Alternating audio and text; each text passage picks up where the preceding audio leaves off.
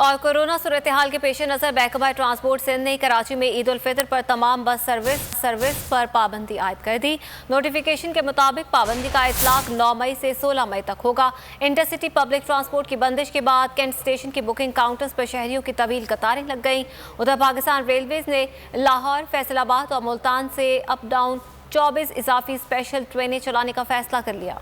ईद पर कोई दुकान खुलेगी न बस चलेगी। हुकूमत ने शहरियों को घरों पर रखने का प्लान तैयार कर लिया। कराची में 9 से 16 मई तक सड़कों पर सन्नाटा होगा, बसों का पहिया जाम होगा। महकमा ट्रांसपोर्ट सिंध ने नोटिफिकेशन जारी कर दी। शहर में पब्लिक ट्रांसपोर्ट बंद रहेगी। इंट्रासिटी और इंट्रा प्रोविजनल ट्रांसपोर्ट पर भी पाबंदी होगी। प्राइवेट गाड़ियों, टैक्सी, रिक्शा में 50% सवारी की इजाजत दी गई है। गुड्स ट्रांसपोर्ट को पाबंदी से इस्तिस्ना हासिल होगा। कराची से ईद खुसूसी ट्रेनों की बुकिंग का आगाज हो गया। ट्रांसपोर्ट की बंदिश के बाद कैंट स्टेशन के काउंटर पर शहरियों की तवील कतारें लग गईं। पाकिस्तान रेलवे ने लाहौर, फैसलाबाद और मुल्तान से अप डाउन 24 इजाफिया स्पेशल ट्रेनें चलाने का फैसला कर लिया। स्पेशल ट्रेनें 9 से 12 मई तक चलाई जाएंगी।